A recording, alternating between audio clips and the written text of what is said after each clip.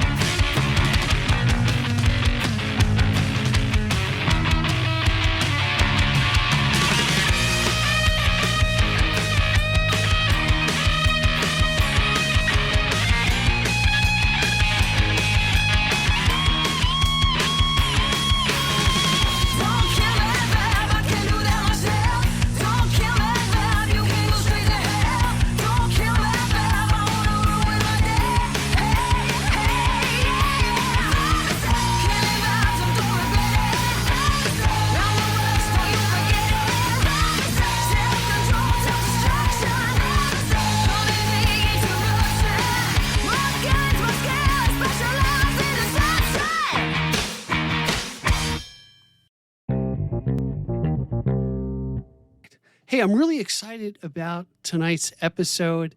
I've gotten into so many different genres, and I'm really excited about this genre. And the one word that reverberates with my guests in my mind is the word fun. They look like they're having so much fun with their art and their music and their visuals.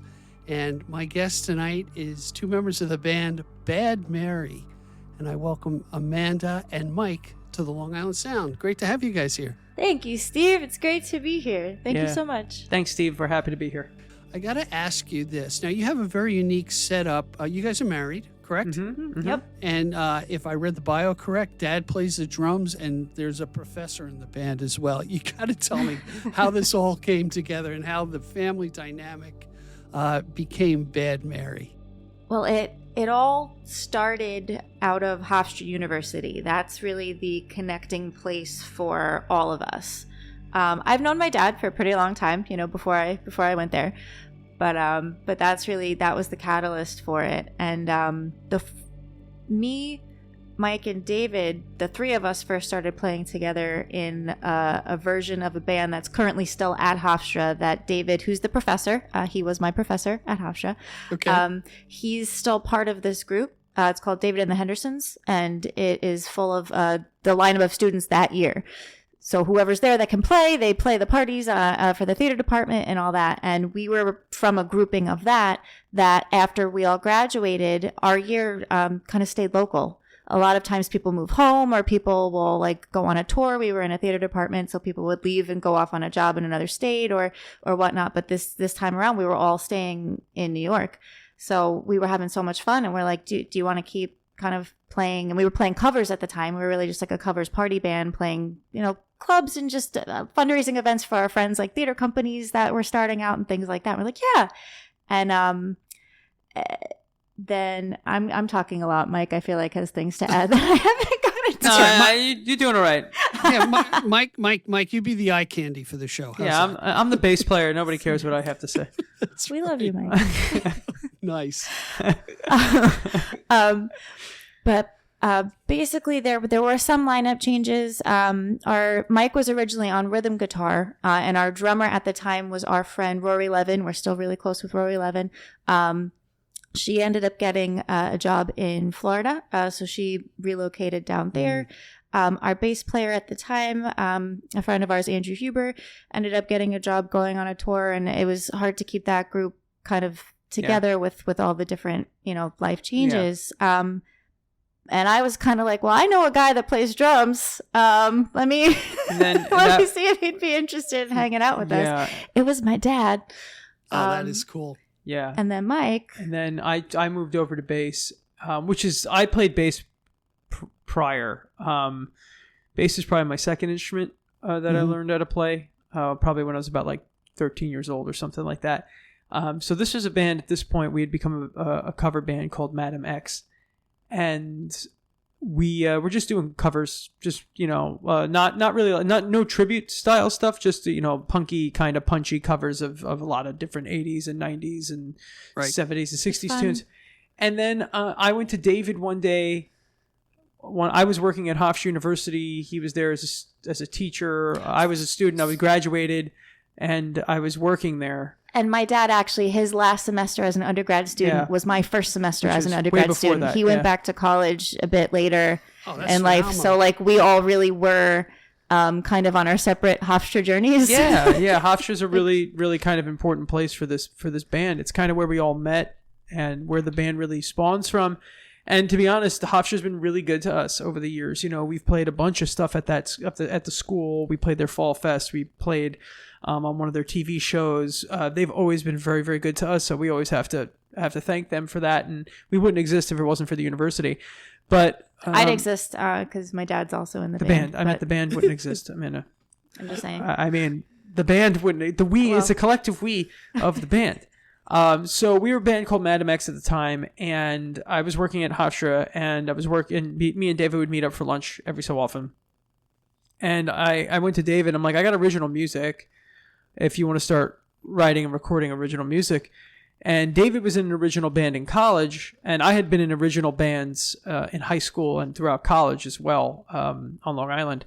So I had been a while since I had written music, but I was in the mood to write again. So I wrote a few songs, and I told David, and David said, all right, let's do it.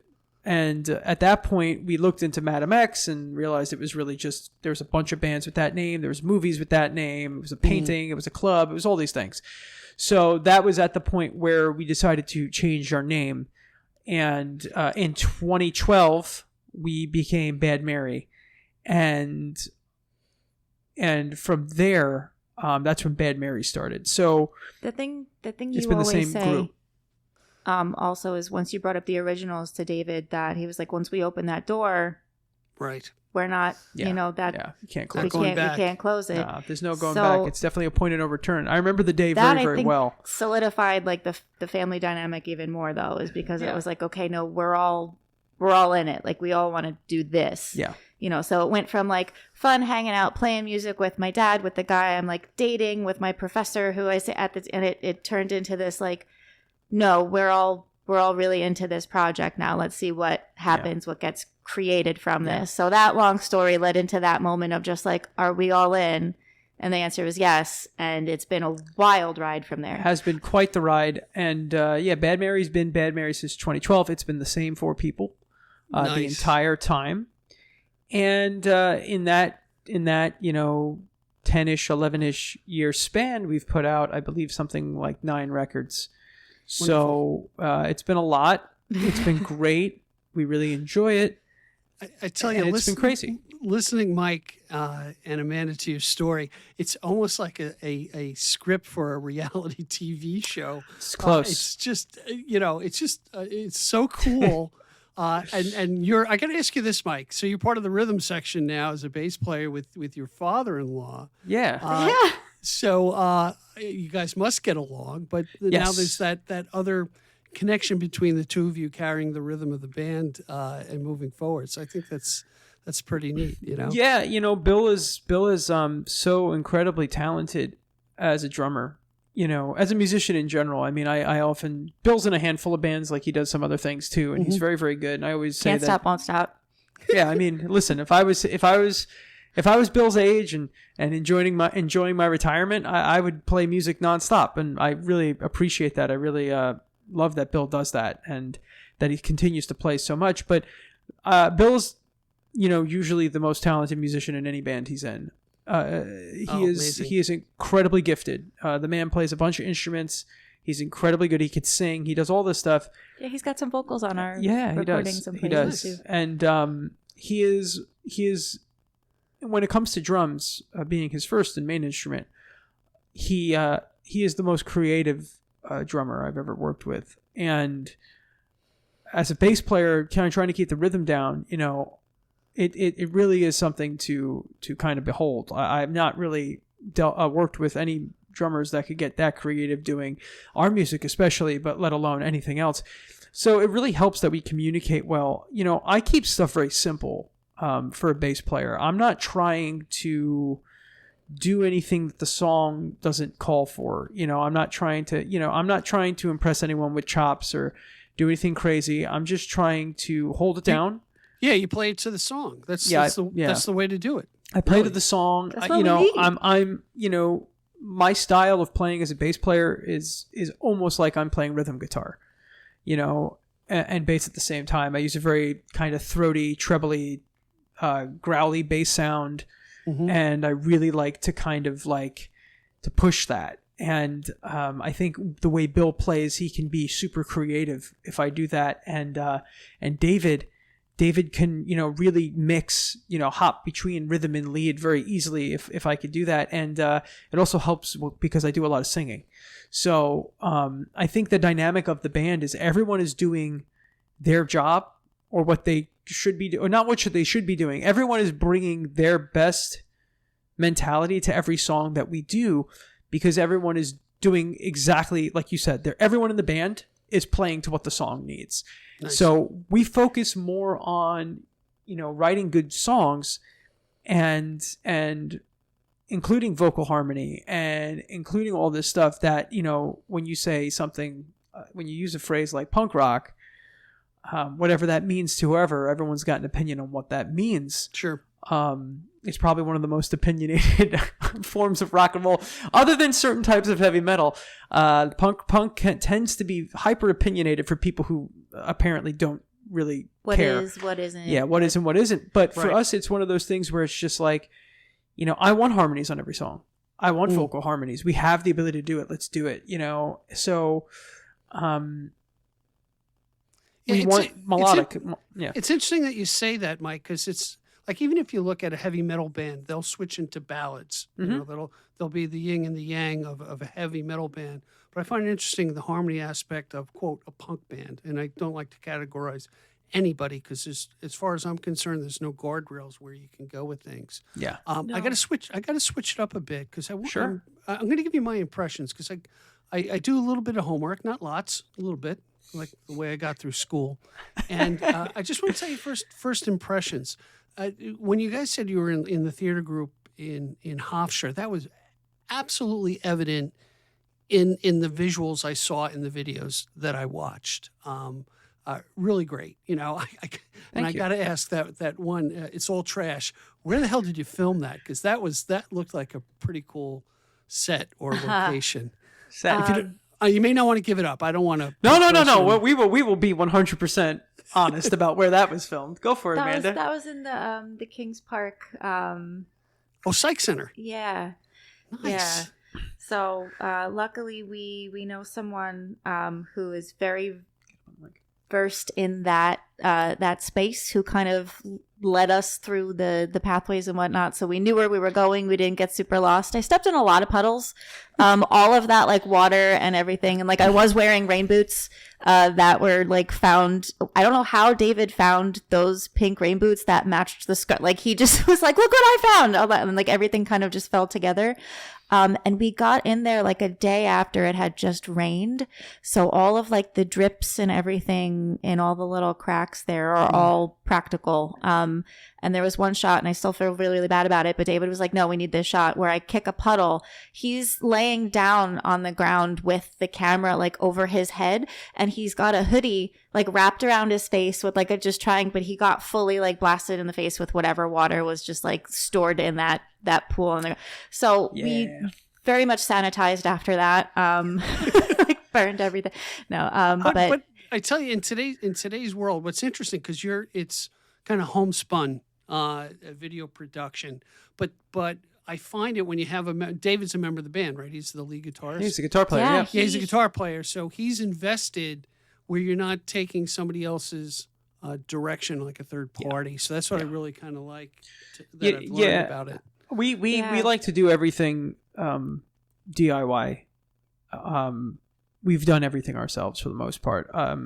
We have worked in studios to record a couple of EPs, and I'll say that we've had a couple of studio experiences with great people that we're really, really grateful for, and like the recordings came out awesome. So like we have done some like that we loved, but just for how our process has been, we can really kind of like spend some time on things or have wacky ideas or just kind of hey, it just rained yesterday and we found this really cool field. Do you want to go try to shoot a video? Yeah. So things like that. It's that wacky. We did Killing Dinosaurs, and we could have saved the world at Studio G in Brooklyn with a producer by the name of Matt Storm, who's a Long Island guy. He's he operates out of I believe out of Bright Waters now, down in the South Shore. Matt's an excellent guy, great punk rock producer.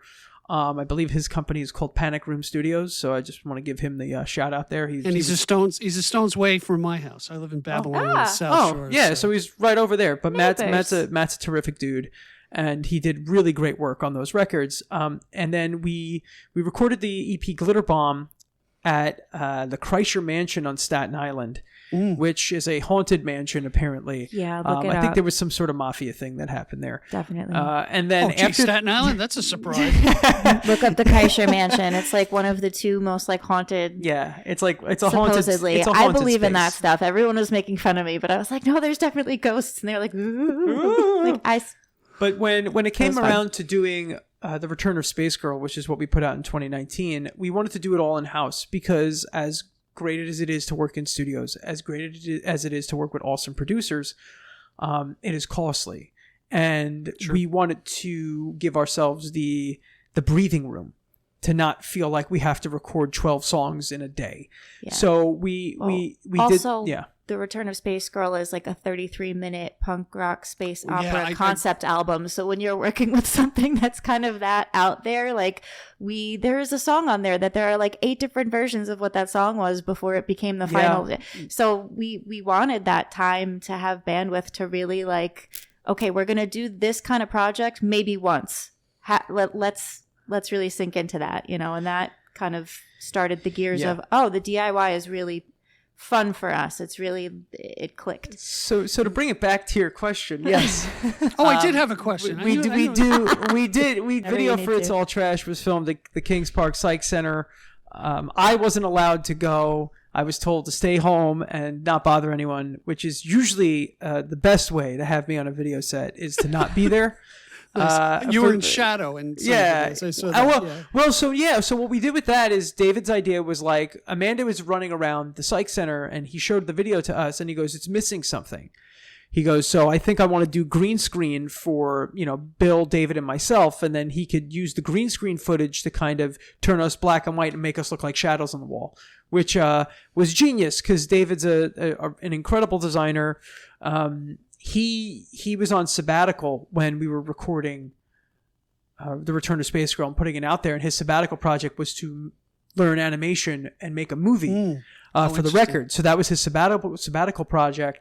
So when he did that, he's got to learn something that he can use, therefore, in the production program. And he uses it at Hofstra yes. for animation projections for the theater department. So he'll animate like a backdrop or something like that. So Incredible it was something stuff. practical that he could then apply to that. And he surprised us with this film that is, we've put a lot of stuff on our YouTube channel recently with our last EP that came out. This film is also on our YouTube channel. Yeah. So if you're like, what is it? Where can I see it?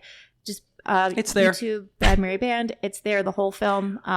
We weren't able to release it for I feel like a year and a half or so after it was put out because it did a festival circuit where we couldn't have it broadcast anywhere. So now after it's been released and everything and the dust has settled, it's finally up where people can see it. So it's been up for a bit. Check it out on YouTube. So you can check it out on the YouTube. But Let's do this. Let's just take a quick break. Sure. I really want to explore your creativity. Sure. I want to talk about Amanda, you being the front person, and what kind of weight that's on you as far as artistically. But let's just take a quick break. We'll be right back with Mike and Amanda from Bad Mary. There's so much more to discover. I can feel it in my bones. Stay with us, everybody. Calling all music enthusiasts, Long Island is a wellspring of talent, and the Long Island Sound Podcast is here to celebrate its vibrant music scene. Tune in to discover the stories behind Long Island's incredible musicians, their creative process, and the iconic venues that make the music come live. We are back with the band Bad Mary. I feel like I have to say that, like Bad Mary. But we're with Amanda and Mike. Two creatives, and I say that with love because my impression of their music is all about fun. And I mentioned this before, the theatrical aspects of your videos are just amazing. I just, the whole artistic aspect of it is really kind of cool. And the visuals play to the song in my mind, just like we were talking about before about being a bass player and playing to the music. But Amanda, I got to ask you, you're really kind of the front focus of the band. Did that come natural for you? How does that dynamic work when you're playing live? Tell me about it, because one, I'm not a girl, and I've never been a front person, so you got to explain it all to me. It's funny because I feel like now I wouldn't go so far as to say I feel like I'm two people, but there's something different in my brain about stepping on a stage and kind of being given a platform and a space where, like, I know that those people are specifically there to see us and hear what we're going to say and what we're going to play. And it's like a reverse thing. Like, I don't think I'm ever shy, but people tell me I'm quiet a lot in settings or whatnot. And then they'll come see me play for the first time and be like, I did not expect that. And I don't feel that way in my head. I don't feel like a quiet person, but I think I'm intentional about what I say a lot. But being given that other step up to kind of go up and lose my brain a little bit, because it's like, I know you're here to see us. I know you're here to talk with us and hear who we are. You want to know about this stuff. So it almost is like a permission to go and be myself completely. Which I feel like some people and I get it. I when I was younger and I would go on auditions, I would get like nervous and stuff because I'm like, I'm walking in and I want the part. I I want what's on the other side and I don't know what it is yet. And I've been through that process a lot, and I love it now, because it's like I've been on both sides of that process, so I know it's nothing like personal anymore. A lot of the time it's just like, no, you weren't a right fit for that part. So I go in just being like, the worst thing that can happen is absolutely nothing. I'm going to go in and be myself, and if I get it, great, and if I don't get it, my life's exactly the same as it was before I walked in the room. So I don't know if that answers the question, but like it took me a while to get to that point where now I feel the most myself when I'm out on that stage. Would you classify yourself as an introvert, Amanda?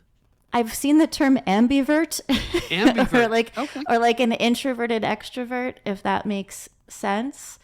Because I do have a large social battery. I do. Like I love being around people, and I love being, like our shows feel like a party. Like whenever we're there, like I love being in that crowd. I love being in the group. I love hearing like music and having group energy and whatnot.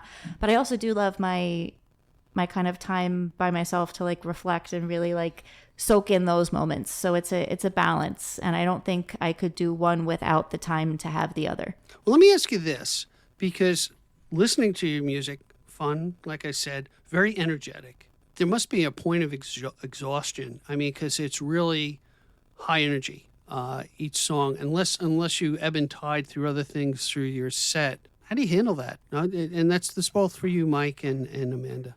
We definitely, there have been some songs we've learned through playing them, like, okay, no, we can't play those three back to back to back. So there needs to be, this song has to go in between that to have some extra air, some breather, before we go into things. So Mike is great at building sets and really building those lineups. And he'll kind of, before we play, he'll send us a whole list, like, okay, here's the base of what I got. Let me know if you have any suggestions, or, and we'll each be like, oh, that one's hard for me back to back. Can we maybe switch up that one there or whatnot? I've gotten super intentional even with the vowels and the stuff in songs, because it's been like, oh, that's harder to say and it's easier to breathe after that word. So like we'll work to construct lyrics to make it literally easier to breathe. But I did notice, like, we were in Tokyo in June, and we had shows back to back to back, and they were like high throttle sets, because when we did that, we were like, we want to go in, we want to punch it, we want to like play everything we can and just have a great time, because like we're there for like 2 weeks, so go in.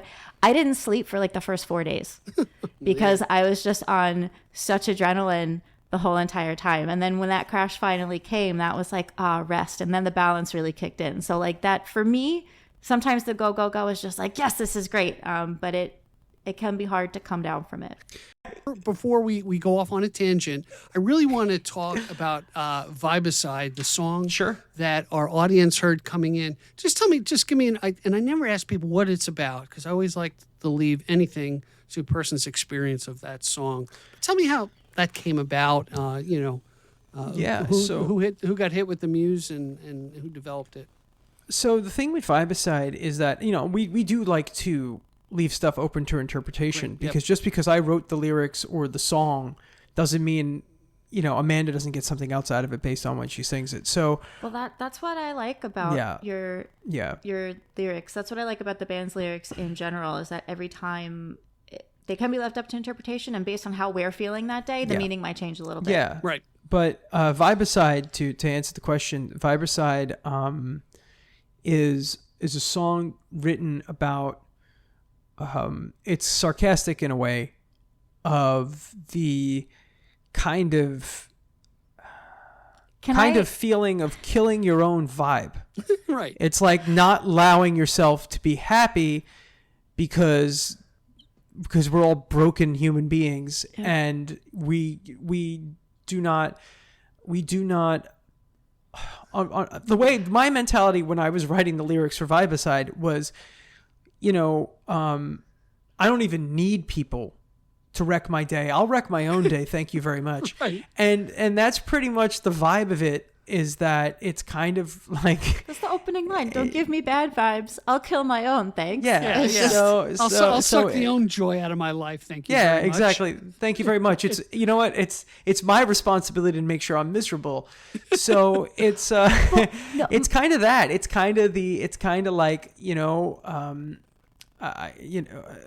I know this is it's a personal thing. It's a personal issue, but it's like if stuff is going really good, the other shoe's got to drop at some point, and I'm just expecting it. So in order to expect it, I might as well just kill it myself and move on. Right. That's where I was going with it. What Amanda gets out of it is totally different. It might be. Sometimes it is. And my favorite lyric in it, and this is the thing too, I think I changed like one word. What? Or I had to write, there were 3 lines Disrespect, missing. that's all. There were 3 lines missing. I'm seeing it. How you put up with that, Mike, I don't know. It's very depressing. Yeah. It's vibicidish, actually. Well, this is how lyric construction happens in the band generally, is like Mike will have either Take all notes, or Mike. most of. Mike, take notes.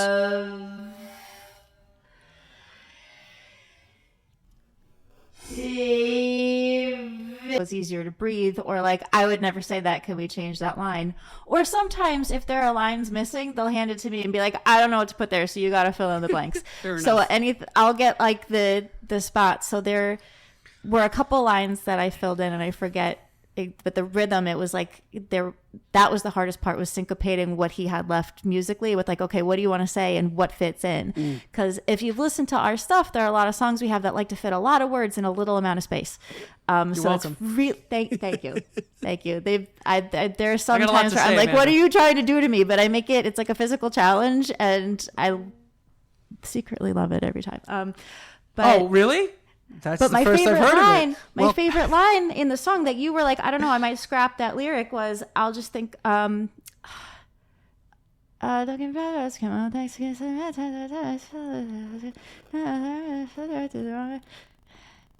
I need no help from you to upset me. I'll just think about something that I said at 19. And first it was 13, and I was like, 13 wouldn't resonate with me because I know I was like kind of in my young teenage, like, bratty years that everybody's in, but like 19 is just the cusp of like, I shouldn't have said that. And like, if I'm having a great day and the other shoe isn't dropping, my brain will be like, okay, what else can you think about that'll mess this mood up? Because nothing's going wrong, so you're gonna find something. Yeah, it's that lyric. I was like, that means so much in that one line of just like, your brain is this big vast space of memories that are only in your head, and you're gonna do with them whatever you are with your thoughts and your day, and you have control over that. And if you want to wreck your day, go for it. But that's something I think we all need to kind of like watch as people. Yeah. Because we naturally all want to do that and just have a good day. Let yourself have a good day. That's all right. Amanda, I gotta confess, when you were just trying to find that lyric and you were mumbling to yourself, I thought you were weirding out on us, and I was just kind of a little. She was. I was just kind of watching, see where she's going, and she came back. So. It's like that. There are some songs, this will happen when we're playing live and in our streams, because we do live streams every Tuesday, Which I think is great. and we love it. We have so much fun, but our entire catalog is pretty much up for requests. And there are some songs that get requested every single week, and then there are some songs that we won't play for like a while, and it'll be like, oh wow, that song, when was the last time? And it'll start, and my mind will be this blank desert of just like, all right, I hope the lyrics come. And the second it starts, they start at the beginning. But like just now, where I was like, oh, what's the beginning of that line? There are some things I have to start at the beginning in order to like pick it from the middle. But it's in there. I'm sorry if it looked like I was like being possessed or something at the moment. I think that's going to be one of the best parts of the whole show tonight. It's very good. It's very good. It's top notch entertainment. See, the thing is that I'm here all week, folks. It takes a good band to write good songs and perform good songs. It takes a great band to forget most of them. so for all the people out there who have to who don't realize how much bands that have been playing forever rehearse because we forget them. Not that we don't remember the songs, but like, there's so many times as a band where we have to come up with something. We're like, what songs did we write? I have to go to like our Spotify list so frequently to like be like, what songs do we have? Because some of them we wrote like over 10 years ago. Yeah. So it's like, what's the lyric of the second verse of that song we wrote in 2000? I mean, I think we have close to 50 original songs at this point.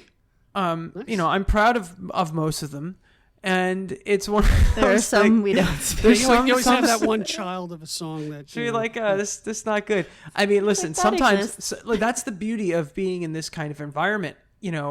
When we bring to tangentialize a little bit, when we bring a song in, if the song's not good, we're not mean about it. But there are times where it's just like, yeah, we need to. Most famously, the song "Addicted," which has become a staple in our live set and has become a staple Bad Mary song that we play all the time. That's one Addicted. That gets requested every single week at the stream. We know we're going to be playing "Addicted." I wrote "Addicted." I was very proud of my lyrics on "Addicted," but boy, was it bad for a long time. And it just sucked. It was just bad. It was bad. And then I was that like, was before I It's was All so, Trash. I was so, that inspiration for that song title? We'll get to It's All Trash. We're doing a segue into All Trash. It's All Trash. God, if God help me, that's the next segue. Fantastic. So it was bad. And it was one of those things where like, what the heck is going on? Why is this song so bad? And then I went home and I just was like, oh, that's because this part is stupid. So I completely rewrote a bunch of it and brought it back. And I'm like, guys, I think I figured out "Addicted." And it was simpler and more rock and roll and more kick the door open and like that. And then the whole band, it was like, yeah, this you did the right thing here. Like, do it better. Yes, please write better music. So what you're saying, Mike, at one point it was all trash. It was all trash. And then it was not. Yes. And I'm very proud of that song. I appreciate, and that segue is fantastic, by the way. We love a good segue. I love a good segue. I appreciate that artwork. It's All Trash. It's All Trash was inspired by me not liking anything. Okay. That I was writing. It was the joy killer in Mike. Got it. Yeah. It's funny because I am not that person. I am not a joy killer at all. Like, I am Mr. Embrace the Joy. A little bit. What's that? Just a little bit, maybe. Maybe a little bit. Lives in there somewhere. 20 minutes ago, and I'm already psychoanalyzing. Yeah, you're a little crank. I can see you being a little cranky, Mike. Never. Yeah, it's the eyebrows that make me look cranky. Oh, those are real? Nice. Yeah, they are real. Wow. These are 100% genuine issue. So, yep. It's what I got. Flex them for me. Yeah. Oh, wow. See, you can do the one brow. It's the Italian DNA. What? Where the hell are we? You were gonna introduce "It's All Trash." It's All Trash, so our audience can hear it. So "It's All Trash" was a song I had written. I was not happy with this. To play it. Oh, you want to just play it? Go for it then. Hey. We could talk about it later. Amanda, this song's called Amanda. That's a great idea. Whoa! Why don't we play All Trash? What the hell is it called? It's all trash. And we'll be right back after the song. I am sure there's more to talk about. Stick with us. Check out the song.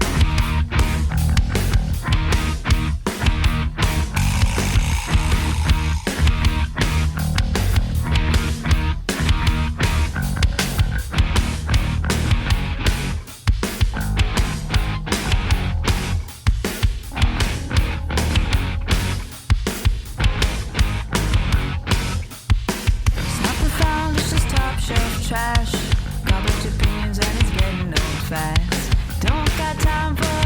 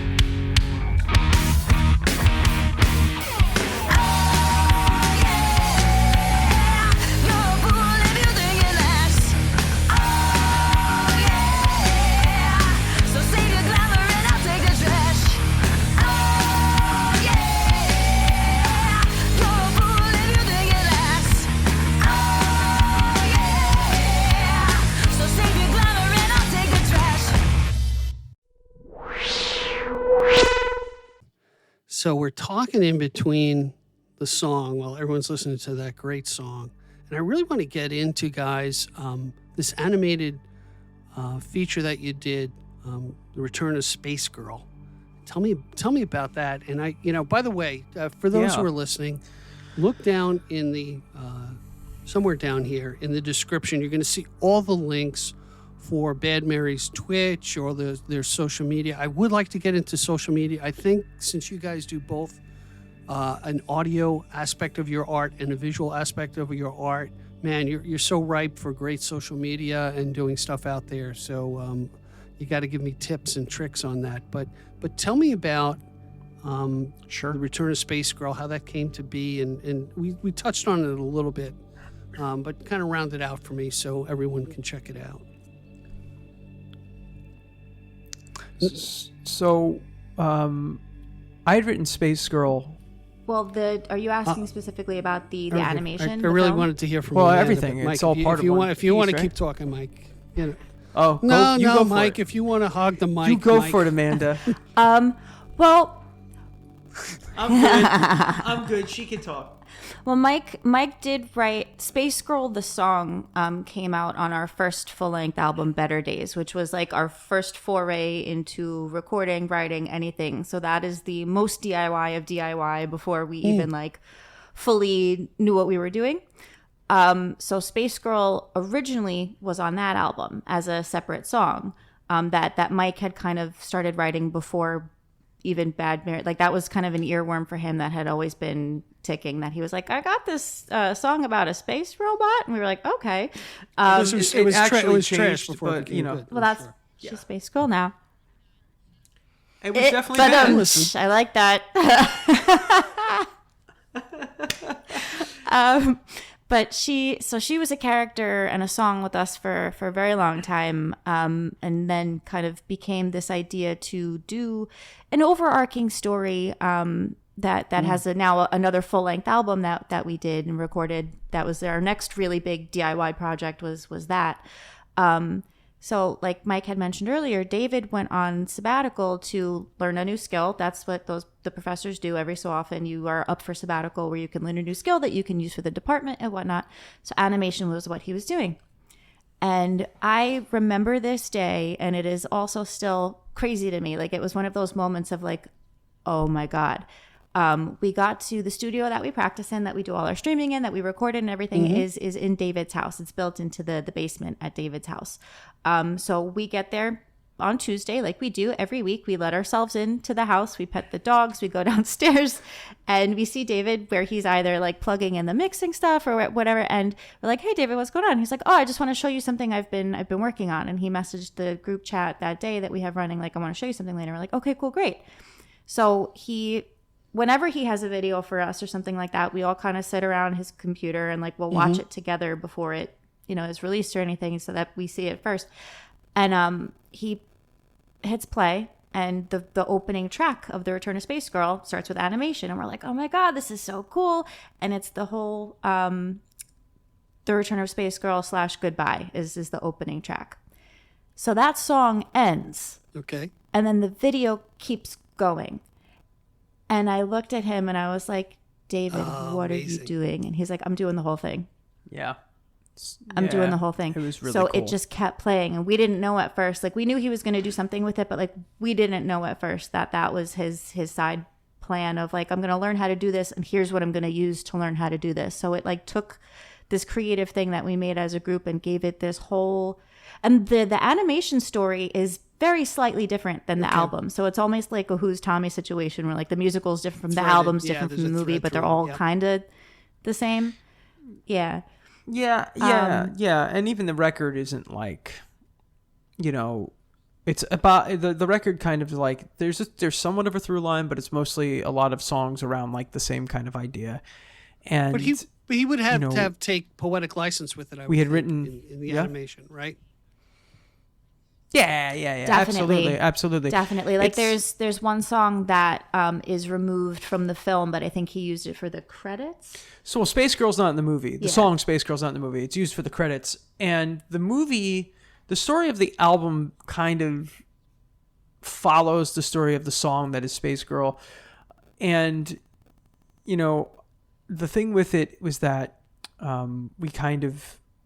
the idea to use Space Girl as kind of a jump off point for a concept album was David's idea. And the band had gone through this weird kind of period. Amanda and I were kind of overcommitted to things, and we weren't focused. The band was in a weird spot, and we went through like a very difficult like year as a band, and it was frustrating, and we all kind of bonded around starting to do the live streaming stuff. And when we started to do that and we started to go, hey, we're going to rehearse every Tuesday, we're going to go live, we're going to rehearse on Sundays, we're going to do all this stuff, like we all kind of, you know, agreed to like get our acts together and treat it way more as a priority than when we had been. We had been a little negligent. I think that's also when it took a turn for, not that it ever wasn't theatrical, but like we all do come, like David and I particularly like come from a theater background. And my father was playing in rock bands when I was born. Like I grew up in the music scene with that, but my first step into performing was theater. Rock musicals mostly, which should have told me something. But that was always something for me, like story, or like know what you're singing about. Like there's so many lyrics and there's so many songs, and like it's one thing to take a song and make it sound pretty, but if you don't know what it is that you're trying to convey or what you're singing about, it has no soul, it has no body to it. Exactly. The performance is necessary. So, but at this point, like Mike was saying, like I think I was involved in some theater again, which I loved. I still love doing. I haven't done theater in a bit, but I think we took that energy and put it into what we're creating. And it's not just like, okay, well, we're making rock and roll, it's got to be strict rock and roll. It's like, no, have fun with it.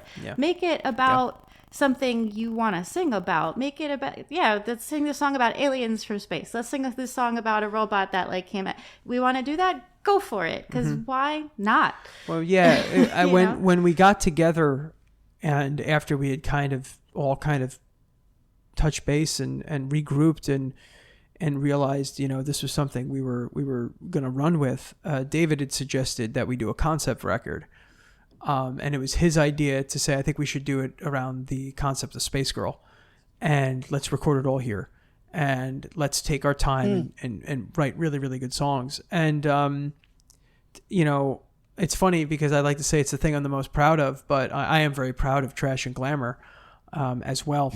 So you wouldn't say it's just trash? No, I wouldn't. Oh. And so I was kind of taken back, you know, when David suggested that, because, you know, I'd written Space Girl, and it's a very important song to me because it represents kind of me getting back into writing music again after not writing music for a very long time and actually really not playing much for a bunch of years because of how my life was going. In those years, I'd kind of put the guitar or the bass rather away.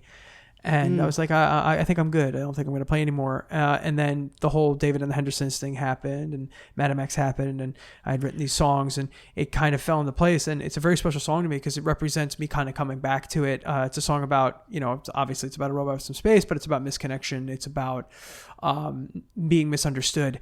And a lot of my music is about being misunderstood. And, you know, we wanted to write a record kind of about that. And the Return of Space Girl tells the story of the robot that comes back to kind of, you know, wreak havoc on those who kind of wouldn't listen to what she was trying to tell them. But at the same time, it's a record about the dangers of social media when we allow it to. Listen, we use social media like crazy. We're on social media like crazy, but there's a lot of good. Yeah, there's a lot of good. And I said it before. Thank you, mean, internet. Like there's so many great things that have come from it, but like it's hard. You have to be careful when you play comparisons. When you look at other people's highlight reels, and then you look at your own life, and it's very easy to vibe beside yourself because you've spent your entire day looking at everybody's best of moments when you're living in the memory of all of your things that, oh, I shouldn't have said that to that person. Oh, I can't believe I did that yesterday. Okay.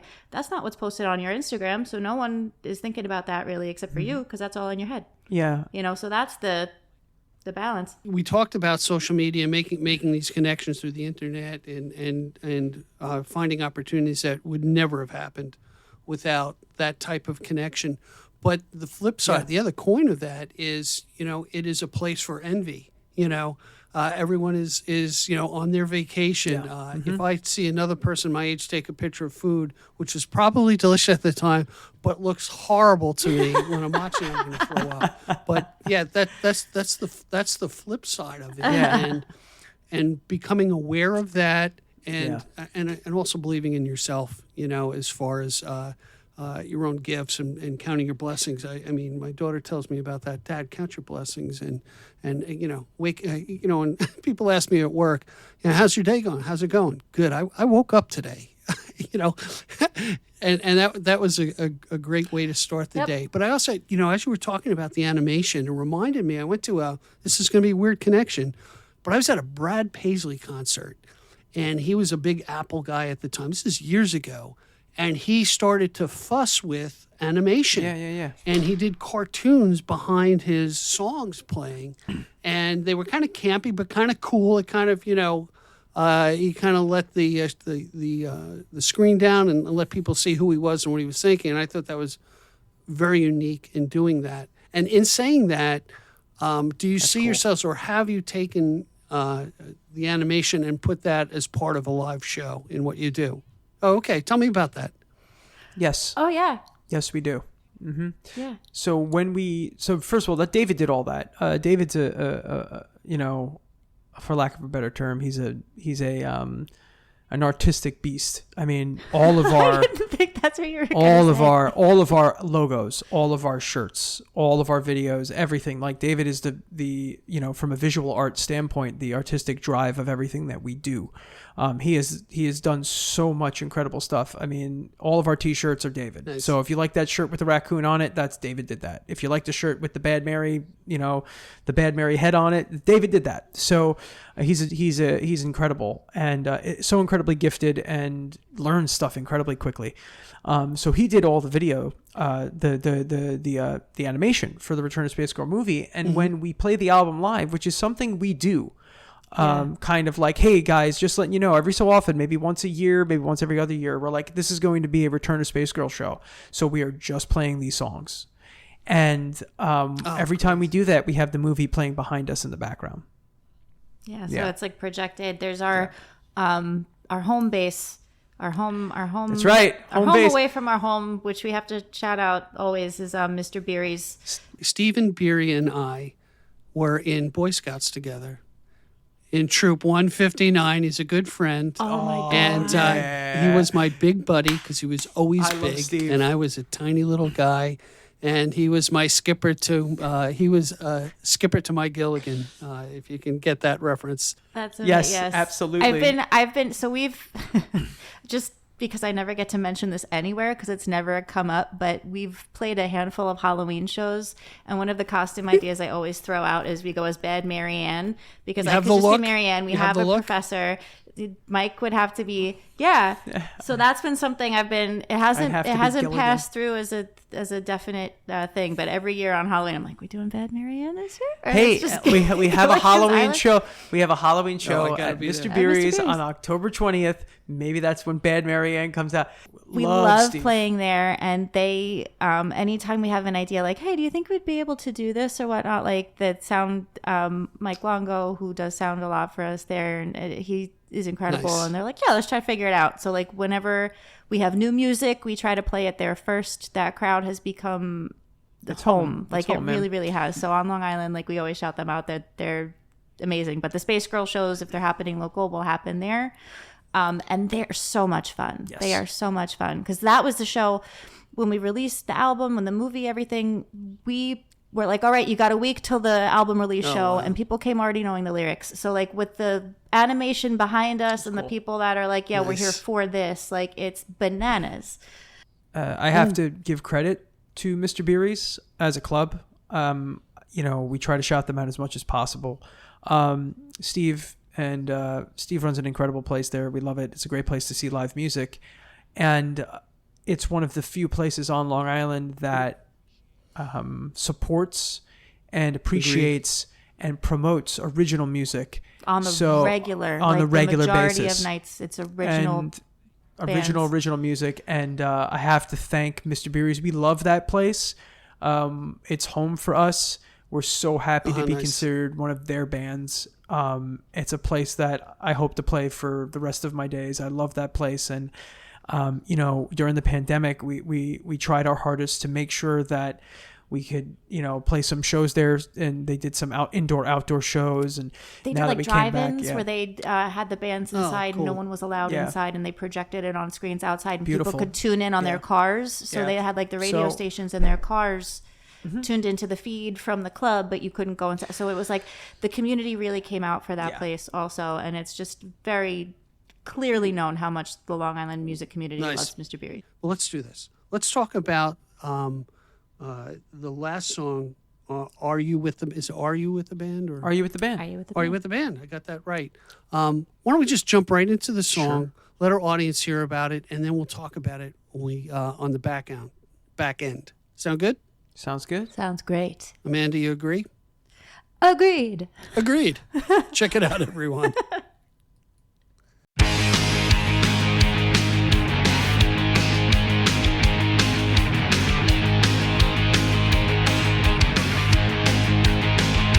Black night, uptight, don't push it, man, we'll get it afraid.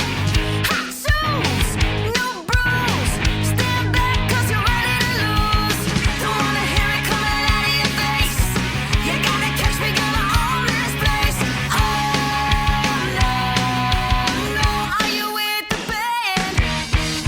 Are you with the band? Are you with the band? Oh no, no, are you with the band?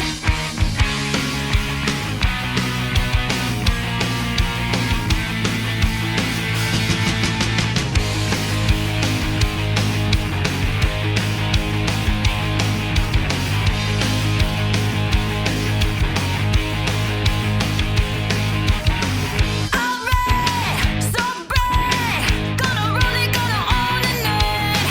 Cool set, hot sweat, get ready, ain't seen nothing yet. I wanna hear it coming out of your face. We're gonna do it, gonna own this place. Yeah, yeah, yeah. Are you with the band? Are you with the band? Are you with the band? Yeah, yeah, yeah. Are you with the band?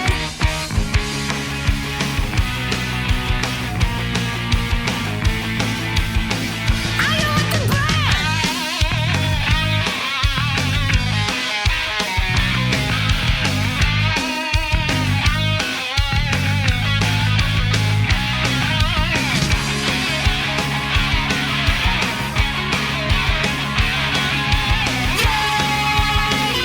Are you with the band? Are you with the band? Are you with the band?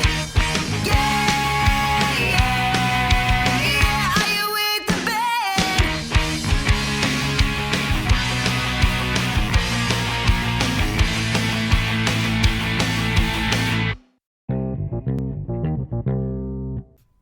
So we were just discussing fun is the best thing to have. And I'm thinking about Space Girl. And of course, Yes. the Return of Space Girl, I think about the Saturday Night Live Space Pants episode. And Amanda's going to attempt to sing Space Pants for us. Just a quick. I found it. So boys and girls, I think you'll find that my pants will blow your mind. Look at my pants with the eyes in your face. My legs are covered in outer space. Space pants. Space pants. I am wearing space pants.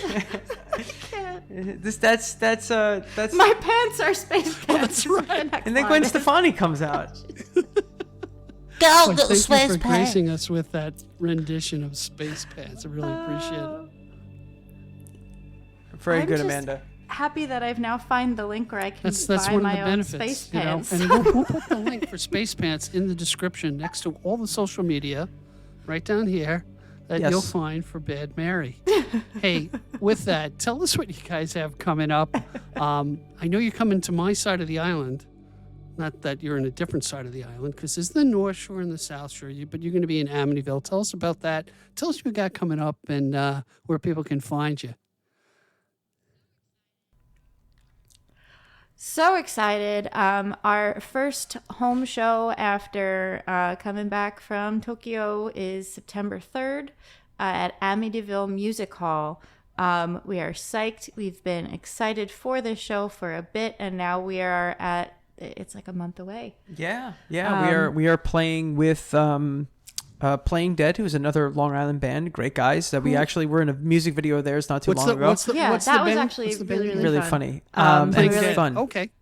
Playing Dead. Playing Dead. So they're awesome guys. And then the tour is the headliners on the tour. It's a co-headlining tour between Tsunami Bomb, who is a punk band that I'm very aware of. I was very much a big fan of from the late 90s, early 2000s, and the Dollyrots, who is one of our major inspirations.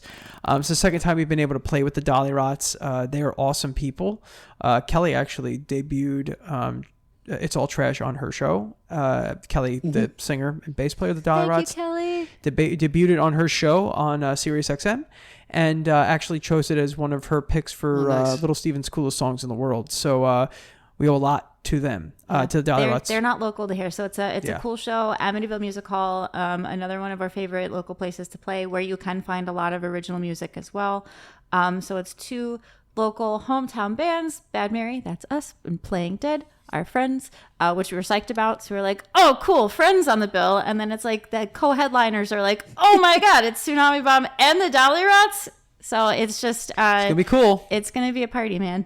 It's going to be a good time on September 3rd. I believe that show starts at around 6:30. It's the Sunday before Labor Day. Yeah. And what's cool about Amityville Music Hall is they are usually not 21 plus. A lot of their shows are like 16 plus. So if you can't usually see us locally because you're too young to get in, check out the age restrictions on this show. Amityville Music Hall has a lot of all ages 16 plus shows. I believe this is 16 plus. And going back to social media a bit, we've been putting the ticket links on our stories and in our posts and whatnot. So if you are like, oh my God, where can I play tickets? Where can I get details? Where can I get tickets? Follow the links we post up there, and feel free to DM us too. It's a family affair. Bring the kids. We'll make friends. It is a family affair. Literally, because the Dollyrots, nice. I think Are they also a have family their band. kids on tour with them. Yeah. So the Dolly Tots will pop out on stage sometimes too. So it's a lot of good energy on that stage that night. Yeah, so that's the big show coming up that we're going to be pushing like crazy over the next few weeks. We're about a month away from that at the time of recording this. And then obviously every Tuesday night we do our live stream, twitch.tv/badmaryband. We're actually looking to expand that to do Sundays as well, more frequently. But Tuesday night's the big one. 8 p.m. Eastern every Tuesday night. We're on twitch.tv/badmaryband, where we're doing our Twitch show where you can kind of interact with us and have some fun. Very much. There's times where we're just talking with everybody because we love your comments. We love everybody that pops in. But 8 p.m. Tuesday nights on Twitch, it's all requests also. So we have our song list. We have covers on there that we have recordings of out. We have all of our originals are on there. So it's whatever you want to hear. We play what you want. We do. We have a game also that started during COVID and has continued of Save Tom DeLonge, because I am a big Wheel of Fortune word games fan, so we try to have fun that way too. Yeah, Save Tom DeLonge is our variant of Hangman. Tom DeLonge, the guitar player from Blink-182, if you win the game, he gets abducted by the aliens, which is what he wants. Excellent. And if you lose the game, he gets eaten by Jaws. So, Nice. it's, Hey, I tell you, I do want to not at all. on artists who come on the Long Island Sound. I really want to thank you guys for being here. But I'm telling you, I never know. It's like a box of chocolates. I never know what I'm going to get. But what I'm so pleasantly surprised. I mean, you guys are just so great. I really enjoyed our conversation. It was intriguing. You got so much to offer. I really look forward to your rising stars and continuing with your music. And I got to see you guys live and your performance. And you've been really kind of so gracious to give me your time tonight. I know you guys are very busy. Shout out to Dennis and your dad, Amanda. I got to get your dad on the show. He's got to be close He to my would age. love to talk with mean- you. So actually this year, and we're at Mr. Beery's, where we're planning to kind of do a show for him, but he's All right, going to be having his 70th He's a little birthday He's this a little year. older than me. Yeah. But I can relate to him. I think. He's been playing drums. Well, if you are good, and much like you said to us, thank you for all of that, but you've been great to also speak with, because that's the same thing. It's like we love doing a podcast like this because it's awesome to speak with new and different people, but you don't always know exactly who you're going to see until you meet them and start talking. And you've been awesome. I would talk to you for days. So I will say on behalf of my dad that he would love to talk with you. He loves a good conversation, and he has stories upon stories of, he's been playing music locally and not locally for over 60 years. He's been playing since he's 4 years old. He shares this picture every so often of him and his 2 uncles that needed a drummer in the basement playing at the family party, and just gave him 2 brushes. Yeah. And that's Nice. really, that's for me, that's where it started, because that's the spark that then started. And then when I was born, I came home in a band shirt from his band, and it just continued. And now Bad Mary.